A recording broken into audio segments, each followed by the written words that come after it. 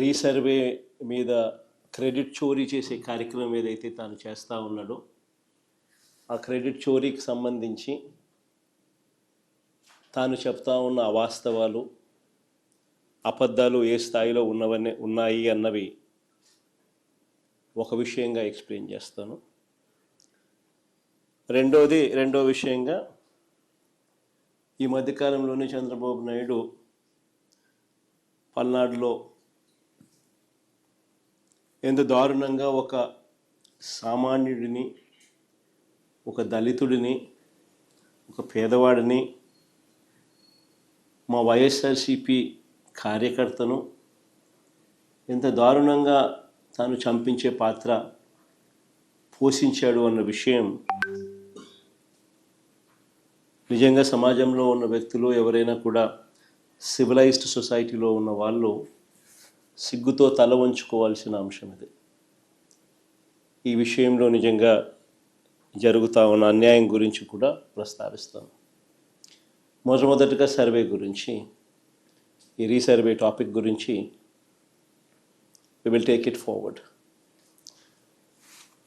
ఈ మధ్యకాలంలో చంద్రబాబు నాయుడు గారు మాట్లాడుతూ ఉన్న మాటలు ఈ రీసర్వే సబ్జెక్ట్ మీద మనమంతా కూడా చూస్తే ఒకసారి ఈ భూమండలం మీద నిజంగా ఇంతటి దారుణమైన క్రెడిట్ చోరీ చేయగలిగిన వ్యక్తి ఇంకొకడెవడైనా ఉండగలడా అని అనిపించేట్టుగా చంద్రబాబు నాయుడు గారు మాట్లాడుతూ ఉన్నారు. ఊసరి వెళ్ళి కూడా చంద్రబాబు నాయుడును చూసి బహుశా సిగ్గుపడుతుందేమో. అంతటి దారుణమైన మోసాలు, అంతటి దారుణమైన అబద్ధాలు. నేను సూటిగా చంద్రబాబు నాయుడు గారిని అడుగుతా ఉన్నాను, మీ ద్వారా ప్రజలందరి తరపున అడుగుతా ఉన్నా. అయ్యా, 4 సార్లు సీఎం అని చెప్పి చెప్పుకునే ఈ పెద్ద మనిషి చంద్రబాబు నాయుడు, నేను అడుగుతా ఉన్నా, భూముల రీసర్వే చేయాలన్న కనీస ఆలోచన అయినా కూడా నీకు ఎప్పుడైనా గతంలో వచ్చిందా అని? కనీసం ఆలోచన అయినా నీకు గతంలో ఎప్పుడైనా వచ్చిందా అని?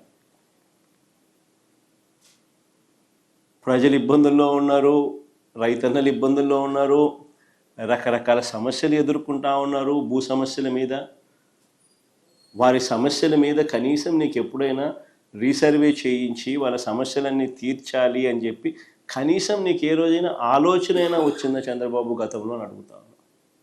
ఈరోజు క్రెడిట్ చోరీ తీసుకుంటూ తాను మాట్లాడుతూ ఉన్న మాటలకు నిజంగా ఈ పెద్ద మనిషి సిగ్గుపడాలి. అసలు భూముల రీసర్వేకి మూలం ఎక్కడి నుంచి వచ్చిందో తెలుసా? ఇది మూలం ఎక్కడి నుంచి పుట్టుకొచ్చింది అంటే 2019 కన్నా ముందు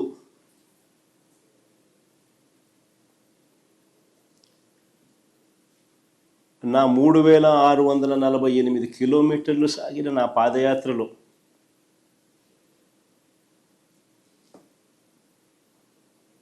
మార్గ మధ్యంలో రైతన్నలు పడతా ఉన్న అవస్థలు, ఇబ్బందులు చూసిన తర్వాత భూములకు సంబంధించి వాళ్ళ లేవనెత్తిన సమస్యల పరిష్కారం నుంచి, ఆ ఆలోచనల నుంచి, వీటికి పరిష్కారం చూపాలన్న తాపత్రయం నుంచి శాశ్వత పరిష్కారం చూపించాలన్న ఆలోచన నుంచి పుట్టుకొచ్చింది దీని మూలం. అసలు ఆ రోజుల్లో చంద్రబాబు నాయుడు గారు ముఖ్యమంత్రిగా ఉన్నారు, నా పాదయాత్ర జరుగుతూ ఉంది. 2019కి ముందు రాష్ట్రంలో ఒక్కసారి రెవెన్యూ వ్యవస్థ పరిస్థితి ఎలా ఉంది అని అంటే, సర్వేయర్లు లేరు, సరిపడా సిబ్బంది లేరు, పరికరాలు లేవు, లేటెస్ట్ టెక్నాలజీ అంతకన్నా లేదు. భూములు ఎప్పుడైనా కూడా క్రయ విక్రయాలు జరిగినా, లేకపోతే భాగ పరిష్కారాల్లో భాగంగా ఏదైనా కుటుంబాల మధ్య డివిజన్ చేసుకున్న సబ్ డివిజన్ లేదు, మ్యూటేషను లేదు. ఇవి కూడా జరిగేటివి కాదు. పైగా ఎడా పెడ, లెఫ్ట్ రైట్ సెంటర్, ఈయనకు ఎప్పుడు మూడు వస్తే అప్పుడు, ఎప్పుడు బుద్ధి పుడితే అప్పుడు, ఎవరైనా నచ్చకపోతే అప్పుడు 22A అంటే ప్రోహిబిటెడ్ ల్యాండ్ సేల్. 22Aలో భూములు పెట్టడం, ప్రోహిబిటింగ్ ఎనీ ల్యాండ్ సేల్. వీళ్ళకి ఇష్టం రైతులను, ప్రజలను ఇబ్బందులు పెడుతూ అవస్థలకు గురి చేస్తున్న పరిస్థితి. ఇలాంటి 1,00,000 సమస్యలకు పరిష్కారంగా సమగ్రమైన భూ సర్వే అండ్ సమగ్రమైన ల్యాండ్ రిఫార్మ్స్. భూ సంస్కరణలు చేయాలన్న ఆలోచన వాటి నుంచి వచ్చింది. అందుకని 2019 ఎన్నికల కన్నా ముందే మా మేనిఫెస్టో కాపీ కూడా ఒక డిస్ప్లే చేయడం ఒకసారి. మా మేనిఫెస్టో కాపీలోని 2019లో ఒకసారి డిస్ప్లే చేయండి.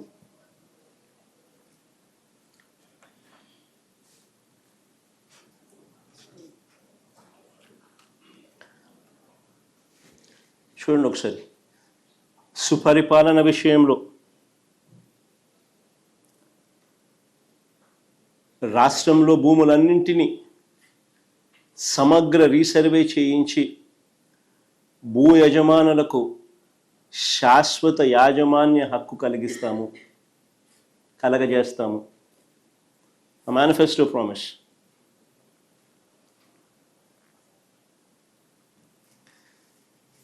అక్కడి నుంచి పుట్టుకొచ్చింది.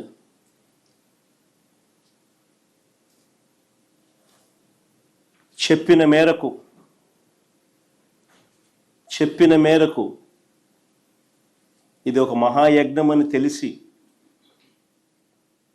చెప్పిన మేరకు 2020 డిసెంబర్ 21వ తారీఖున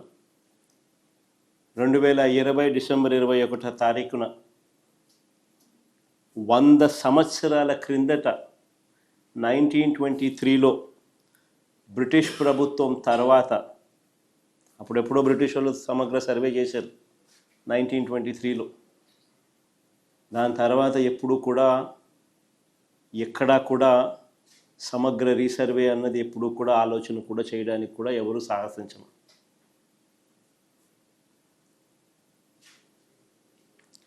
చెప్పిన మేరకు 2020 డిసెంబర్ 21వ తారీఖున 100 ఏళ్ల తర్వాత 1923లో బ్రిటిష్ ప్రభుత్వం తర్వాత సమగ్ర భూ సర్వే రికార్డ్స్ అన్ని అప్డేట్ చేయడం, సిస్టమ్స్లోకి రిఫార్మ్స్ తీసుకొని రావడం మొదలుపెట్టి ఒక గొప్ప అడుగు పడింది ఆ రోజు. నిజంగా ఇది ఒక రాష్ట్ర ప్రభుత్వంగా ఒక సువర్ణాక్షరాలతో లిఖించదగ్గ ఒక గొప్ప అధ్యాయం. సమగ్ర రీసర్వేతో కూడిన ఈ సంస్కరణలు మేము చేసినది నిజంగా ఒక మహాయజ్ఞం లాంటిది. చెప్తా ఎందుకు అంత యజ్ఞం అనే పదం ఎందుకు వాడుతూ ఉన్నాను అని అంటే, ఒకసారి ఆ లోతు లేకపోతే మీతో పాటి ప్రజలందరికీ కూడా అర్థమవుతుంది అసలు ఎంత లోతుగా పోయాము అని. ఇది చెయ్యాలి అని అంటే ఎంత కష్టమైన పని అని కూడా అందరికీ అర్థమవుతుంది. దేశ పరిపాలనా చరిత్రలో భూ సంస్కరణలో సువర్ణాక్షరాలతో ఎందుకు లిఖించదగ్గ అధ్యాయం అని చెప్పి కూడా చెప్తా. ప్రజలకు, రైతులకు వివాదాలు లేని విధంగా, ఐ రిపీట్ దీస్ వర్డ్స్, వివాదాలు లేని విధంగా పారదర్శకంగా భూముల సర్వే చేయడంతో పాటు భూ రికార్డులన్నీ కూడా అప్డేట్ చేయడం, వాటిని ట్యాంపర్ చేయలేని విధంగా ఫిజికల్ అండ్ డిజిటల్ ఫార్మాట్లో రకరకాల వివిధ చోట్ల వాటిని భద్రపరచడం అట్ వేరియస్ లెవెల్స్. భూ యజమానులకు, రైతులకు శాశ్వత యాజమాన్య పత్రాలు, క్లియర్ టైటిల్స్ ఇవ్వడమే కాదు, ఆ క్లియర్ టైటిల్స్కు ప్రభుత్వం పూచీకత్తగా గ్యారంటీగా నిలబడుతుంది.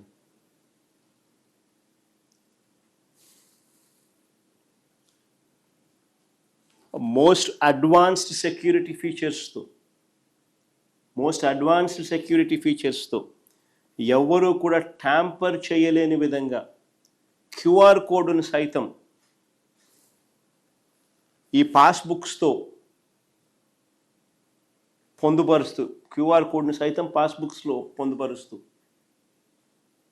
ఫిజికల్గా ఎవరైనా ట్యాంపర్ చేసే పరిస్థితి కూడా లేకుండా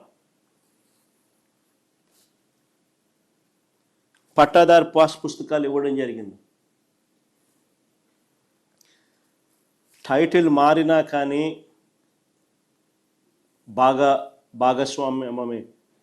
భాగాలు పరిష్కారంలో తల్లిదండ్రులతో, పిల్లలు తండ్రుల మధ్య లేదా అన్నదమ్ముల మధ్య టైటిల్స్ మారినా కానీ, లేదా క్రయ విక్రయాల ద్వారా ఏదైనా టైటిల్స్ మారినా కానీ automatic sub divisions, automatic protocol ప్రకారం మ్యూటేషన్ జరగడం, వాటికి సంబంధించిన రికార్డులన్నీ కూడా ఆ గ్రామ సచివాలయంలోనే ఉంచి అవి కూడా అక్కడ అవైలబుల్గా ఉండడం,